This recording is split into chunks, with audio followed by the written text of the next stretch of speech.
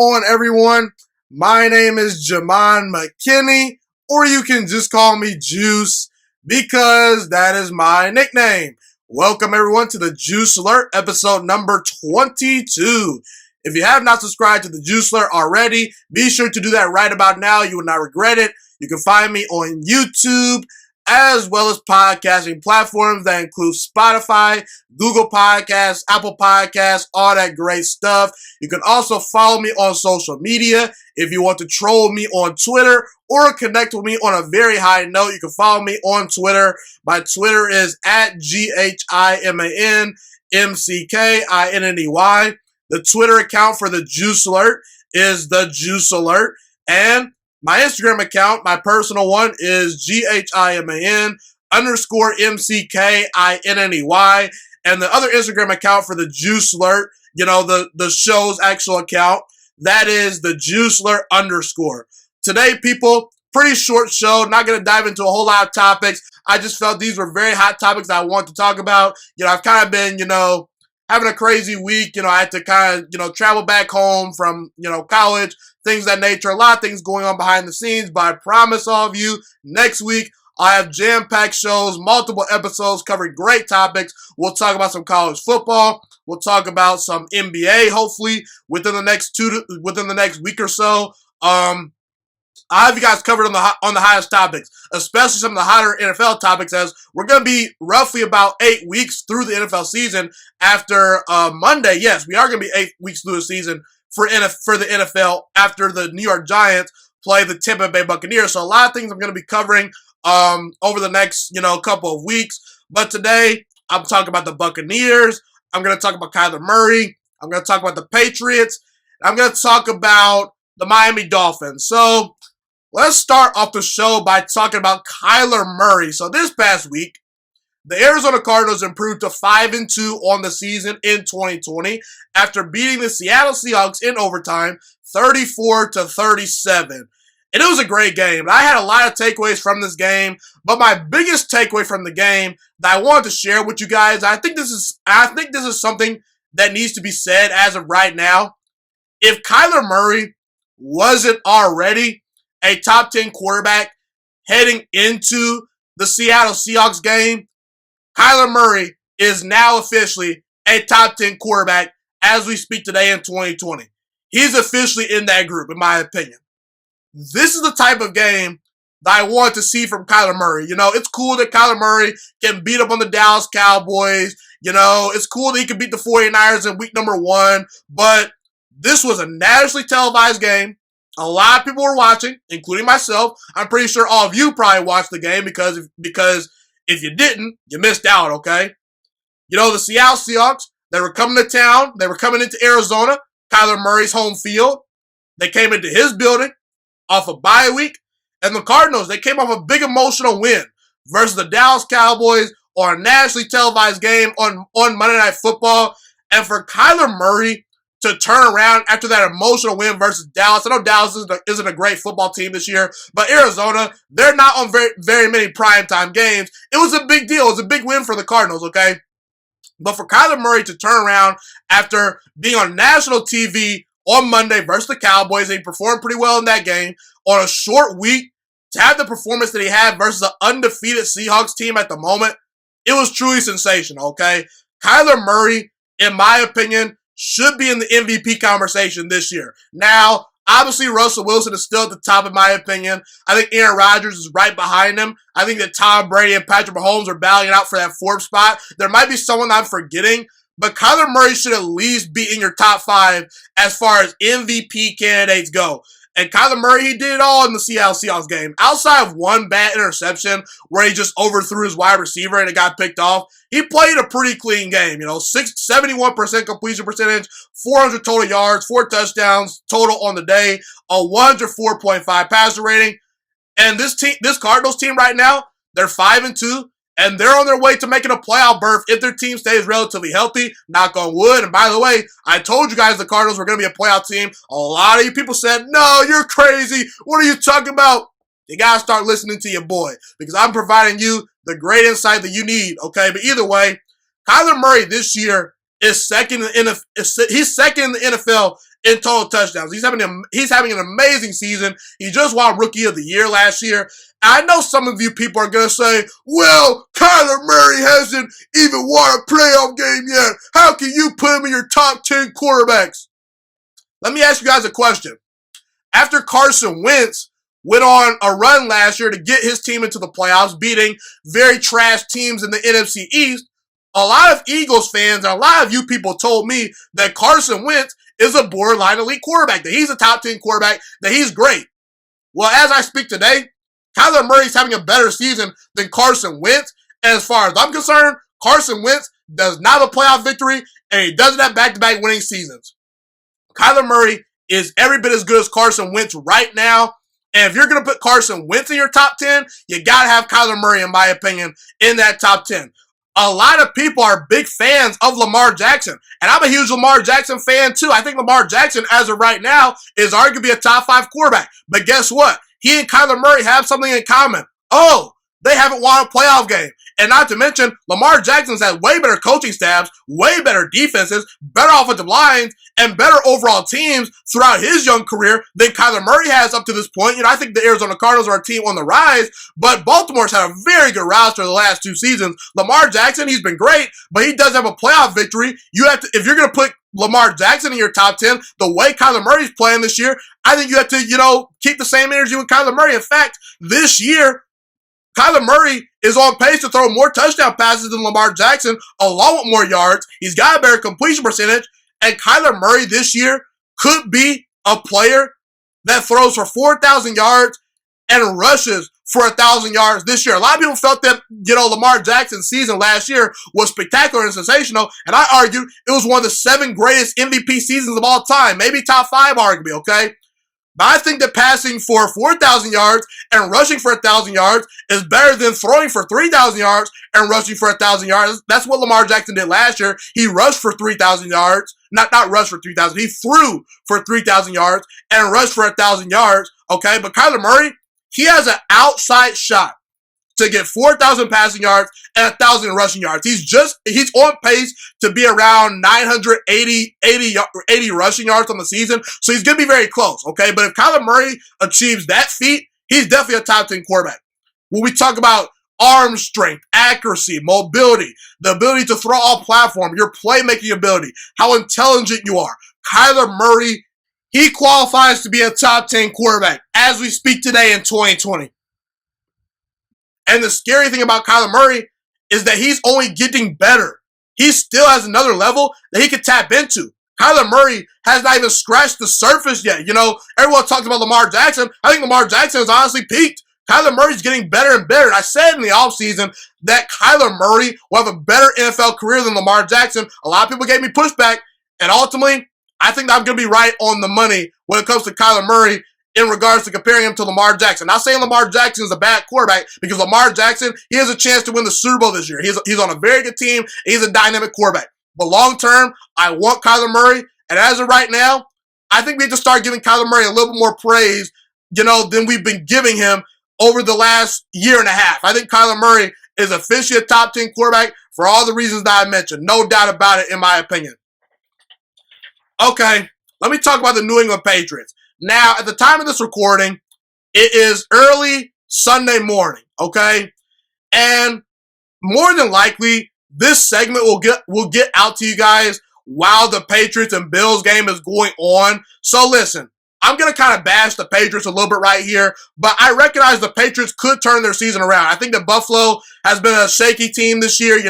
They've had some impressive wins. They've had some bad losses. Josh Allen's been good one week. He's been inconsistent the next week. The Bills, they're not quite a Super Bowl contender this year, and I would not be shocked if the Patriots can beat the Bills in their Week 8 matchup in 2020, okay? But listen, man, the Patriots, as of right now, they're really struggling. Now again, like I said, they could turn things around versus Buffalo, but it's a coin flip if they do, because the Patriots, they just got annihilated and destroyed by the 49ers last week, 33-6 in their home stadium. And offensively, the Patriots have been a mess. The Patriots right now are ranked 29th in points per game in the NFL. That's not very good. That's not a Super Bowl caliber stat right there at all. Not even a playoff caliber stat. If you're ranked 29th offensively, you more than likely are not a playoff team. So the Patriots, they have to get better offensively. And I understand that they've had, some unfortunate luck this year. A lot of players opted out, before the season started. Cam Newton learning a whole new system, and let's be real. I think that if Cam Newton played versus the Kansas City Chiefs, the Patriots could have won that game, okay? Unfortunately, Cam Newton didn't play due to having COVID. He was, not able to practice with the team for a good little while, and it showed versus the Denver Broncos as he was rusty. They lost that game. But I'm sorry, man. At this point right now, I have to stop defending Cam Newton until he shows me something. I have defended Cam Newton on multiple occasions on this show. In the offseason, I said Cam Newton is arguably a top 10 quarterback right now. I said he's got a very strong arm. He's very accurate when you give him time to throw. He's a very smart quarterback. And I thought that his mediocre numbers at times were due to lack of talent around him. However, I'm done making excuses for Cam Newton as we speak today, okay? I'm all about controlling the things that you can control. And Cam Newton, this season, he's missing wide open wide receivers. He's not been that accurate. He's not seeing the field properly. There's wide receivers open, within the structure of plays, and he's not seeing those wide receivers. He's been very erratic. He's not been accurate enough. He's been very inconsistent. And for what it's worth, he's thrown for 2 touchdown passes to 7 interceptions as a 71.7 passer rating in 5 games played. And I understand that a lot of people are going to say, well, Cam Newton's learning a new system. The wide receivers are bad. You got to feel sorry for Cam Newton. And to a certain degree, I do feel sorry for Cam Newton because the Patriots, they're not doing him any favors offensively due to the weapons that they put around him. But I'm sorry, man. Tom Brady won 12 games with the same system and the same weapons last year. The same system that Cam Newton is in and the same weapons Cam Newton has right now, Tom Brady had last year. He won 12 games. And by the way, Justin Herbert, have you noticed him this year? Yeah, he's been destroying NFL defenses as a rookie. Joe Burrow, he's looked very good as a rookie. Do you know what those two players have in common? They're rookie quarterbacks, and they're learning whole new systems as well. These are rookies learning new systems, and they are playing very well, and Cam Newton isn't. So if Justin Herbert and Joe Burrow can, in a pandemic year, in a very weird offseason with a lot of Zoom meetings, if they can go out there and ball, I cannot absolve Cam Newton as he's been to a Super Bowl and he's won a league MVP. I hold him to a higher standard. As far as I'm concerned, the Patriots' offensive line is still relatively pretty good. As far as I'm concerned, the Patriots have a decent running game. As far as I'm concerned, outside the 49ers game, the Patriots' defense this year has been arguably a top 10 unit. That's just my opinion. All Cam Newton this season really has had to do is be accurate and not turn the football over. And he's not done those things. He just hasn't.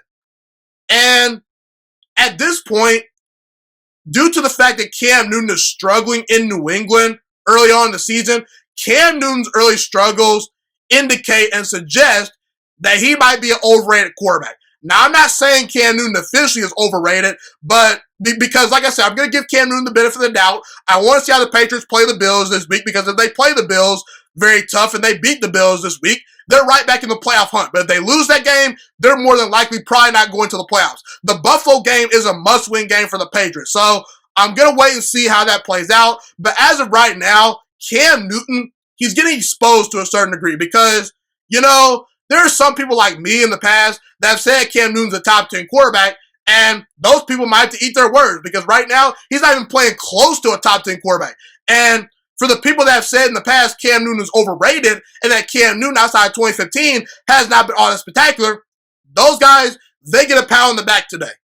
Because I put Cam Newton through a cold-blooded hard test that I did not want to put him through. But if I'm being brutally honest, and that's my job on this channel, to be brutally honest, I'm not kissing anyone's feet. I'm not sucking up to any players. I'm just telling you what I see on tape and when I watch these games. And I took away Cam Newton's best and worst season, and I evaluated his body of work throughout his 10-year career. So I took away 2015, And I took away this season because this season arguably has been Cam Newton's worst season statistically. He's probably on pace to have his worst season as a pro this year. It's not all his fault, but I've always had this theory that if you take away a quarterback's best and worst season, whatever other sample size you have is kind of what they are. Because any rapper that has talent can go out there and be a one-hit wonder. Any quarterback that has some talent, has a good coach, has a good roster, they can go out there and win games and have one great season, okay? But what makes Tom Brady, Aaron Rodgers, Drew Brees, all-time great quarterbacks, or, it's the consistency. And Cam Newton, if you look at the 8-year sample size, if you take away Cam Newton's worst season, because let's be real, every quarterback deserves a break every now and then, okay? 1 year you might have an off year, okay? Let's take that away. And if you take away Cam Newton's best season, the season where he was NFL MVP and led the Panthers to the Super Bowl, he was great that season. May have been the best player in all football in 2015. He was that good during the 2015 season. I've got 8 years. I've got 147 touchdown passes. I've got 98 interceptions. If you divide those touchdowns and those interceptions by 8, you're left with 18 touchdowns and 12 interceptions. Why do I say that? I say that because that's his yearly average based on this 8-year sample size. So if I divide all these numbers out during that 8-year stretch, if you take away Cam Newton's best and worst season, he averages 18 touchdown passes and 12 interceptions a season. 18 touchdowns to 12 interceptions is not special. That's not MVP level football. That's good football, but that's not great by any stretch if you take away his best and worst season. Not to mention, 5 of those 8 seasons, Cam Newton did not complete 60% of his passes. I want my quarterbacks to be around 62% at minimum. 60, maybe you can get by if you're doing great things, but he doesn't meet the benchmark.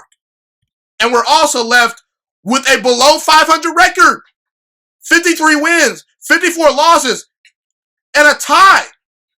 And not to mention, Cam Newton the last couple of years has been constantly banged up. He's been constantly hurt.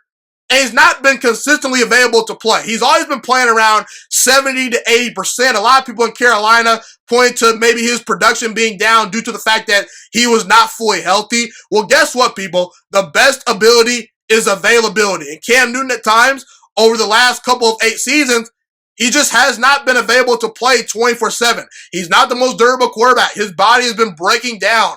As Cam Newton has gotten older and older, it seems like he's getting more and more consistently unhealthy, and his body continues to break down. Cam Newton, when you watch him play, I don't see the same rocket arm that I used to see. I see a very good arm, but I think he's lost some arm strength. I think he's lost some speed. He's not the athlete that he once was. If you think Cam Newton is anywhere close to 2015 level Cam Newton, you're crazy, because he's not anywhere close to that player right now.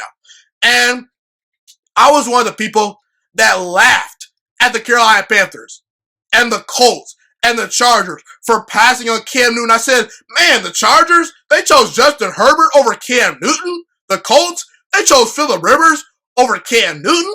The Panthers, they chose Teddy Bridgewater over Cam Newton. All 3 of those teams are in better positions to make the playoffs than the Patriots as we speak today. And you might think to yourself, the Chargers don't have a great record.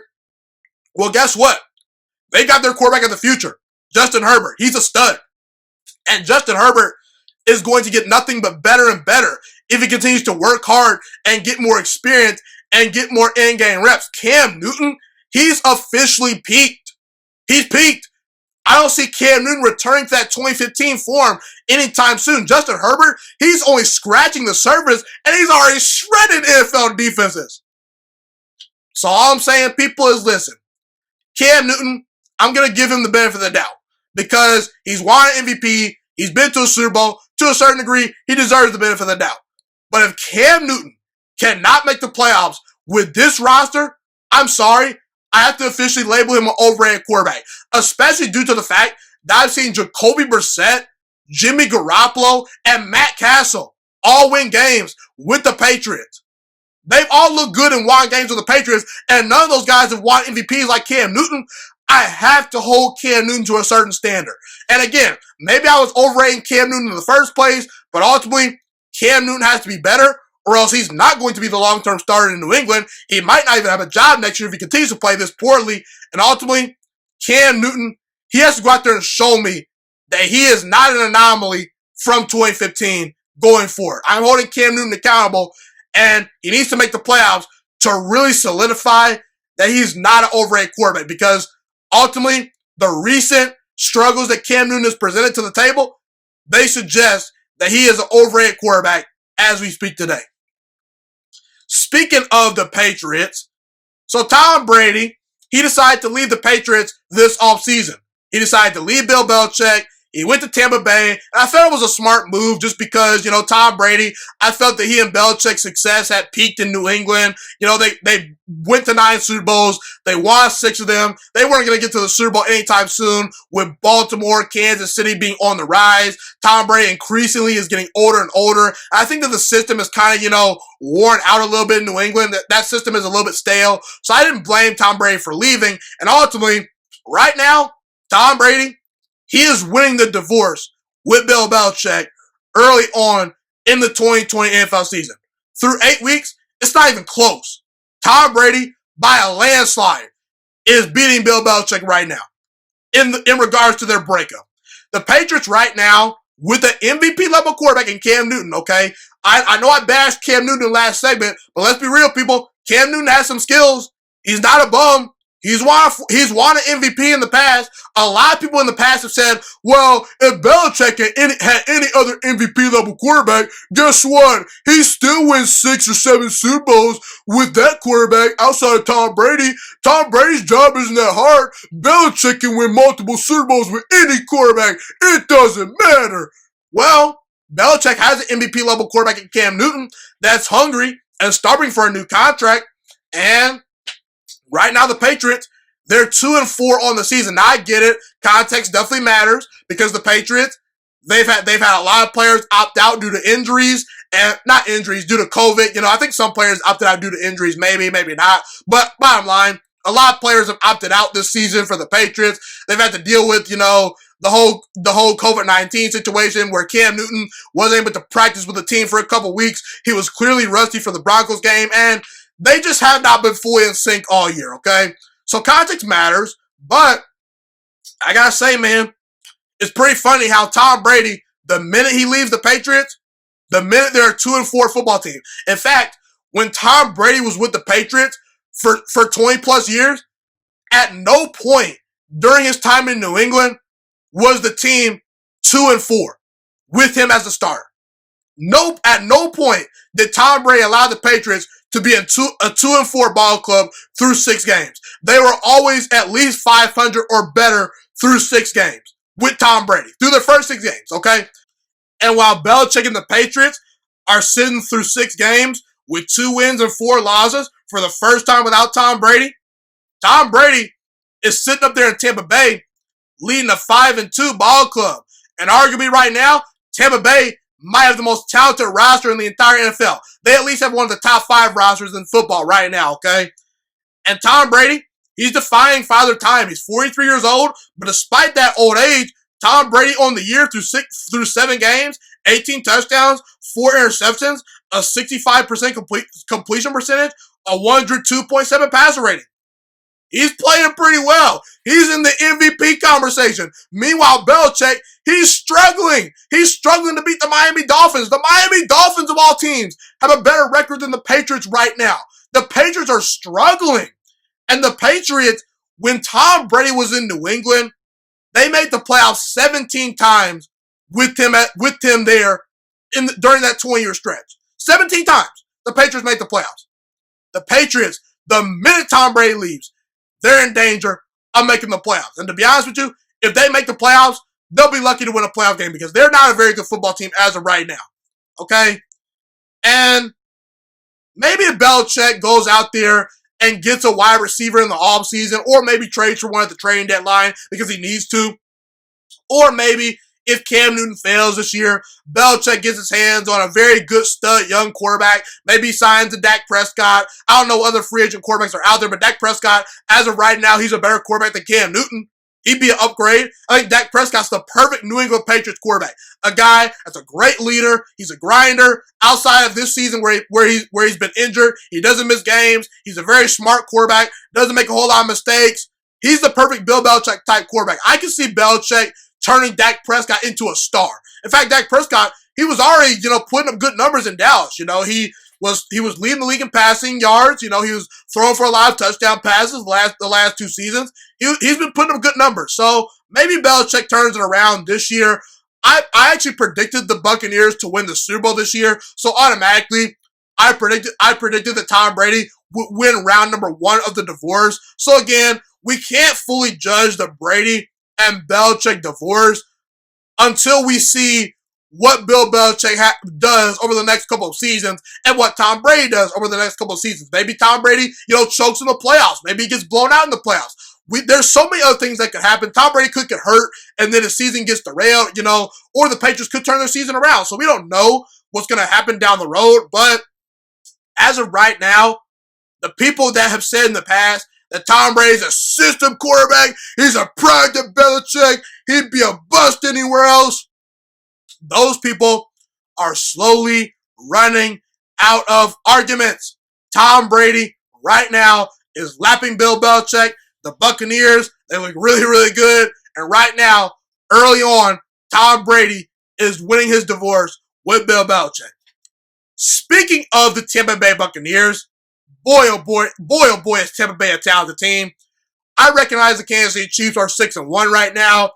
I recognize the Pittsburgh Steelers are 6-0. I recognize Seattle's 5-1. I recognize the Green Bay Packers are 5-1. But I've watched every single NFL team play multiple times this season. I've seen every single team play at least twice this year. I've been really inclined to watch all the good teams. Specifically, I haven't missed a Packers game. I have not missed a Steelers game. I have not missed a Ravens game. Have not missed a Seahawks game. Have not missed a Chiefs game. And I haven't missed a Buccaneers game.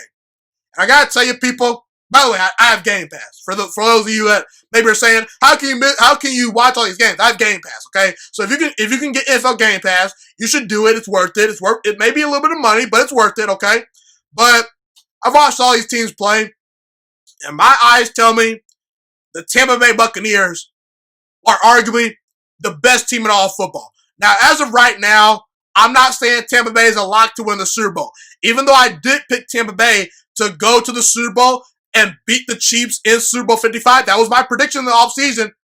I'm not going to officially say they're locks to win the Super Bowl, but as of right now, they have the best roster. That's just my opinion.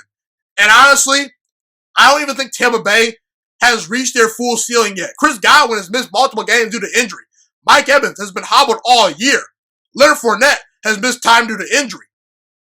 But I told you guys in the offseason when everyone was giving me pushback saying, Tom Brady's washed, he's no good, this Buccaneers team's overrated, you're crazy for picking him to win the Super Bowl. I told you guys in the offseason, I said, okay, you guys can disagree with me, but let's all compromise and let's all meet back up mid-season and let's see what the Buccaneers are cooking with. And to be honest with you guys, I think the Buccaneers are going to roll through the New York Football Giants. On Monday Night Football, the Giants are not a good football team. That's a big-time mismatch. I think Daniel Jones is going to get killed in that game by that pass rush. He's going to probably turn the football over multiple times. Daniel Jones, he's a turnover waiting to happen. The Giants are not a good football team. The Buccaneers are starting to really click. So, assuming the Buccaneers beat the Giants this week, they'll be a 6-2 ball club through 8 games played halfway through the season. And honestly, they've not even reached their full ceiling yet. People, how can you not get on the bandwagon? This team is scary good, okay? And not to mention, they'll probably be 6-2 halfway through the season. You know who Tampa Bay plays the rest of the way through their schedule? They play the Lions once. They play the Falcons twice. They play the Panthers. They play the Vikings. The Vikings are not a good football team. The Falcons are a joke. The Lions, they're a decent team, but Tampa Bay's better. The Panthers, they're a decent team, but Tampa Bay's better. And not to mention, they play the Saints, the Rams, and the Chiefs. Tough games, you might think, but guess what? All 3 of those games, They're at home for Tampa Bay. And guess what? Tom Brady gets a bye week in week number 13. That is so crucial for that team. You want to know why it is? Because Tom Brady, he is 43 years old. Do you know how crucial that bye week is going to be for Tom Brady late in the season? Because we've kind of seen older quarterbacks kind of deteriorate as the season goes on. You know, Drew Brees, last couple of years, his numbers have significantly declined as the season goes on. That's a perfect time for a bye week for the Buccaneers. I look at this team. Tom Brady is no longer an elite quarterback, but Tom Brady is still pretty good. He's arguably a top 10 quarterback. So the Buccaneers, they're a B to a B plus at quarterback. Tom Brady's a good distributor. He's not going to turn the football over. Leonard Fournette and Ronald Jones have been a good running back duo. They got A-plus weapons. Not to mention, like I said, I didn't even mention this earlier, the Buccaneers, they added Antonio Brown to their team. Antonio Brown is a top 5 wide receiver if he's fully healthy. If Antonio Brown returns to his old form, that's a top 5 wide receiver. Easily. You pair Antonio Brown with a healthy Mike Evans, with a healthy Chris Godwin, with a healthy Scotty Miller, with Cameron Brate and Rob Gronkowski being your tight end, not to mention Tyler Johnson has been a very good rookie wide receiver. That's a scary sight of weapons that Tampa Bay has right there. How do you defend this team? Not to mention, Tampa Bay has a ferocious defense. They're third right now in total defense on the year. They're 8th as far as points per game allowed. And I cannot get over how impressive the Buccaneers win versus Green Bay was. A lot of people think Green Bay might be a fraud. I disagree. I think Green Bay is going to win about 12 to 13 games this year. Come back to this video and talk to me when you see Green Bay out there winning a bunch of games. Green Bay is a very good football team. Outside the Tampa Bay loss, they've annihilated teams. Their margin of victory has been very wide. They beat the Saints on the road. The Packers, they're one of the best teams in all of football. And the Buccaneers destroyed them. Aaron Rodgers, he was looking bad. The bad man, Aaron Rodgers, was looking bad. Okay? Man, I gotta say, people, if Antonio Brown works in Tampa Bay, and if he doesn't screw up with the chemistry, Tampa Bay very well could just roll to the Super Bowl. That's just my honest opinion. I think people have to start getting on the Tampa Bay Buccaneers bandwagon. I told you guys this would be about a 12-win football team. I think they'll probably get to about 12 wins this year. They may not get the 1 seed because Green Bay is looking pretty good. We'll see. I think the 1 seed will come down to Green Bay or Tampa. Tampa does have an easy schedule down the road. I would not be shocked if they get the 1 seed. If they get the 1 seed over Green Bay or Seattle, they most likely will go to the Super Bowl. I'm not going to count out Russell Wilson. I'm not going to count out Aaron Rodgers. But I'm sorry, Tom Brady has the better roster at his disposal. He's got more help. The Buccaneers, they're a better team than Seattle, and they're a better team than Green Bay as far as talent goes, okay? So it will take a miraculous performance from Aaron Rodgers or Russell Wilson to knock off this Buccaneers team. And to be honest with you, I don't think the Rams can knock off this team. I don't think the Cardinals can knock off this team. I don't think the 49ers can knock off this team, okay? There's only 2 teams I really trust to knock off the Buccaneers. Maybe the Saints, just because the Saints are familiar with the Buccaneers. But I gotta say, man, this Tampa Bay Buccaneers team, they're really, really good. And people have to start taking notice because they very well could roll to Super Bowl 55. They're that good, in my opinion. Okay, one final topic right here. I want to talk about Tua Tagovailoa. So, at the time of this recording, it is Sunday morning. I don't know when this segment is going to get out to you guys, but the Los Angeles Rams are traveling to Miami, Florida, to play the Miami Dolphins this week in Week 8 of the 2020 NFL season. And this is going to be Tua Tagovailoa's first ever start in the NFL. I'm so excited. Tua Tagovailoa, if you don't know who he is, he's the former Alabama quarterback, former Heisman Trophy finalist. He won a national title at Alabama. He put up great numbers. He was the number 5 overall pick in the 2020 NFL draft. Miami fans are excited. I'm excited. I cannot wait to watch Tua play. I think the Miami Dolphins are putting Tua Tagovailoa in a great position to succeed. Now, I have some questions about Tua. I'm not fully all in on Tua. Tua did have a lot of injuries in college. There was not a single player in college football that I saw in the injury tent more than Tua Tagovailoa. That's just a harsh reality. Okay, he was constantly injured. I want to see if he can take hits at the NFL level. I want to see how his body holds up. And I understand that, he had some rough games versus Clemson in 2018 where he got bodied by Trevor Lawrence. He didn't play particularly well versus Mississippi State. Didn't play particularly well versus Georgia. That's kind of what concerns me about Tua. By the way, the Georgia game I'm talking about is in 2018. All three of those games I mentioned were in 2018. I talked about 2018 because that was the last time Tua played a full season. His season was cut short due to injury in 2019. So in 2018, he struggled versus Clemson, struggled versus Mississippi State, struggled versus Georgia. I mentioned that because Tua had a lot of good players around him at Alabama. He had good wide receivers, good running backs, really good offensive line, really good coaching. He had it made, okay? When Tua was put on an even playing field with the Clemsons of the world, with the Georgias of the world in the 2018 SEC title game, he at times looked mortal. So I just want to see if Tua can really break through in the NFL. I'm not all in on him. I have one foot in the water when it comes to Tua. I kind of want to see how the temperature is. I'm not all in on this pool of water right here. Not saying I'm going to jump right in right away. Maybe give me about a couple minutes or a couple weeks. Let's see how Tua plays, okay? And I think Tua at times thinks he's more mobile than he actually is. That got him into some trouble at Alabama. Got him hurt from time to time. And Tua has been compared to Drew Brees and Russell Wilson in the past. I said he's not even close to those guys. Those guys are elite quarterbacks in their prime. I don't ever see Tua being an elite quarterback. He's a little bit physically limited. Doesn't have the strongest arm. Not the greatest athlete. But I've always said where you get drafted matters, okay? It really does. It matters big time. I look at Brian Flores in Miami. He's one of the best young coaches in the entire NFL. He's doing a great job. I look at Chan Gailey. Chan Gailey, the offensive coordinator. He runs an offense that's very similar to the one that Tua ran at Alabama. So he's got a good head coach and a good offensive coordinator that runs a system that fits what he likes to do. He's got good solid weapons in Devontae Parker at wide receiver and Mike Gesicki at tight end. So he's got a good young rising tight end and a star wide receiver. Maybe Devontae Parker's not a star, but he's very, very good. He's pretty close, okay? He's really good. A solid running game, not to mention, Myles Gaskins has been pretty good this year.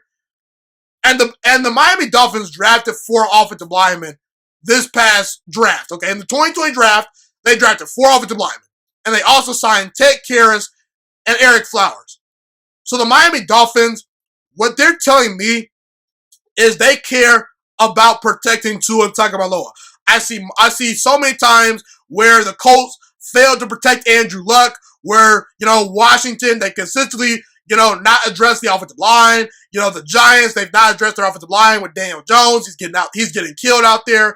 A lot of quarterbacks get ruined because they don't have enough protection. I mean, Baker Mayfield last year. Baker Mayfield had no time to throw the football. He looked a mess. The minute Cleveland fixes their offensive line, Baker Mayfield looks pretty good. He looks like a franchise quarterback. So I like the fact that the Dolphins have invested in their offensive line. Not to mention, they signed guys like Byron Jones, Shaq Lawson, Kyle Van Noy. They drafted a couple of defensive backs. The Miami Dolphins are trying to win the line of scrimmage and play good defense. That's what they're trying to do, based on the way they drafted and based on the way they've signed free agents.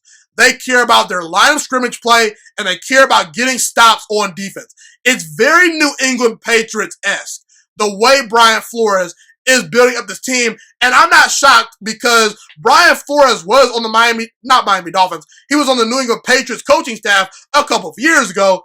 And he learned under Belichick. He learned under Josh McDaniels, even though that Brian Flores is more of a defensive-minded head coach. He's been within a great culture in New England in the past. So I'm not shocked that he's trying to build his team very similar to how the Patriots built their Super Bowl teams around Tom Brady. And for what it's worth, those formulas worked. So I believe in what Brian Flores is trying to do. And this Miami Dolphins team in 2020, they're 3-3 on the season right now. I understand that 3-3 is not knocking your socks off. You're saying they're 500. That's not all that great. Well, guess what? A lot of people did not expect Miami to be this good this early in the season, okay? They're competing for a playoff spot right now. They have an outshot shot to make the playoffs. And they've given Tua Tagovailoa a great chance to succeed because they built a good team around him. They've got a good coaching staff, not to mention they're inserting Tua Tagovailoa when he's ready. Brian Flores and that coaching staff, they said, let's sit Tua for about 7 weeks. Let's let him learn the playbook. Let's get him on a bye week, okay? Because the Miami Dolphins, they gave Tua Tagovailoa the entire bye week to prepare for this Los Angeles Rams team, along with this week of practice. And the Rams, they're coming off a short week, off an emotional win versus Chicago. And ultimately, I think the Miami Dolphins are going to win this football game. Now, where they win or lose, it doesn't really matter in the context of things, but I will say I like the situation Tua's in right now. They're being very patient with Tua. They're not asking him to do too much. They're gonna say, hey, Tua, come in, be an accurate distributor. We'll run the football. We'll protect you. We'll play great defense. Just don't make mistakes. And by the way, Tua, I think he's prepared. Dwayne Haskins last year, he was thrown into the fire, in Washington, wasn't prepared. I've seen a lot of young quarterbacks be ruined more than developed. I think Tua is being developed properly, okay? Now, there's a lot of pressure on Tua Tagovailoa because a lot of people felt that if Tua were fully healthy, he would be the number 1 overall pick over Joe Burrow. A lot of people actually said that Joe Burrow might be a one-hit wonder, and so far Joe Burrow, he's looked pretty good. He's looked like a number 1 overall pick. And Justin Herbert, the quarterback that was picked right after Tua, in my opinion, he's looked better than Joe Burrow. Justin Herbert's looked like a stud this year. So, Tua has a lot of pressure on himself. He's got to come in and make the Miami Dolphins right. I'm not saying he has to be better than Burrow or Justin Herbert, but it would help because right now, they look pretty darn good. So, Tua, you're going to have to win some football games. A lot of people know who Tua is. The Miami Dolphins have yet to have a franchise quarterback to replace Dan Marino. And many people are hoping Tua Tagovailoa is the guy. And like I mentioned earlier, Tua, he's got a good roster that's on the rise in Miami. They're going to continue to add talent. They're a big-time market. Free agents want to play in Miami. It's a sunny place. There's good food there, a lot of swimming pools, a lot of beautiful women. People will want to play in Miami. Miami will not have problems attracting free agents. It seems like they can draft pretty well. It seems like they have a good coaching staff. Excuse me. It seems like the Miami Dolphins might be building something special. But in order for that to manifest, Tua Tagovailoa has to be a hit. Tua Tagovailoa cannot be a bust. If he's a bust, then Brian Flores, he might be out the door pretty soon because we know how black head coaches, get treated. They have very short leashes, Okay? That's just the reality. Black head coaches have short leases. Okay? They really do. And ultimately, if the Miami Dolphins look at Joe Burrow and they look at Justin Herbert and they say those guys are phenomenal and they look at Tua and they say this guy's holding us back, it could be a huge problem. And ultimately, you still got to knock off the New England Patriots and the Buffalo Bills. Two teams that are well run and really good. So it will be ideal if Tua Tagovailoa is a hit for the Miami Dolphins. If Tua is a hit, I think the Miami Dolphins can be a special team going forward. But if Tua is not a hit, if he's a bust or he's a flop, that could spell trouble for Miami and a lot of people are going to get fired. And by the way, if Tua doesn't succeed in the NFL, it will probably be because he's not good enough to succeed. So ultimately, it is all on Tua Tagovailoa to make the Miami Dolphins look very smart. We'll see what Tua Tagovailoa does versus the LA Rams in his first ever game, and we'll see what he does going forward. I think he has a chance to have a bright future. I think he has the makings to be a franchise quarterback, but only time will tell. Well, everyone, that's pretty much all I have today. Thank you so much for tuning in today. Have a God-blessed day. Stay safe, everyone, and I'm out.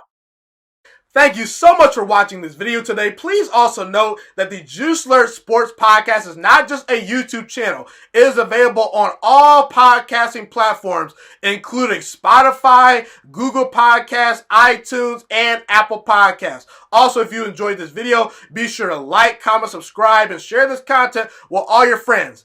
This podcast is my favorite thing in the entire world right now. It is my passion. And I want more people to listen to this podcast. I really want this podcast to grow. Also, a fun fact about me is that I want to go into the sports broadcasting and media world once I graduate from the University of Toledo, a college in Northern Ohio. I am looking to become one of the next great sports broadcasters and analysts out in the world. And I potentially would like to start my own network if this podcast really truly grows. Or if I fall short of that goal, I would love to work for a big time network like ESPN or Fox Sports 1. I am open to all networks. So if you believe in my dreams and you see or hear my passion through the screen, be sure to tell all your friends about the Juice Alert Sports Podcast. Stay motivated, you guys. Have a God bless day, and I'm out.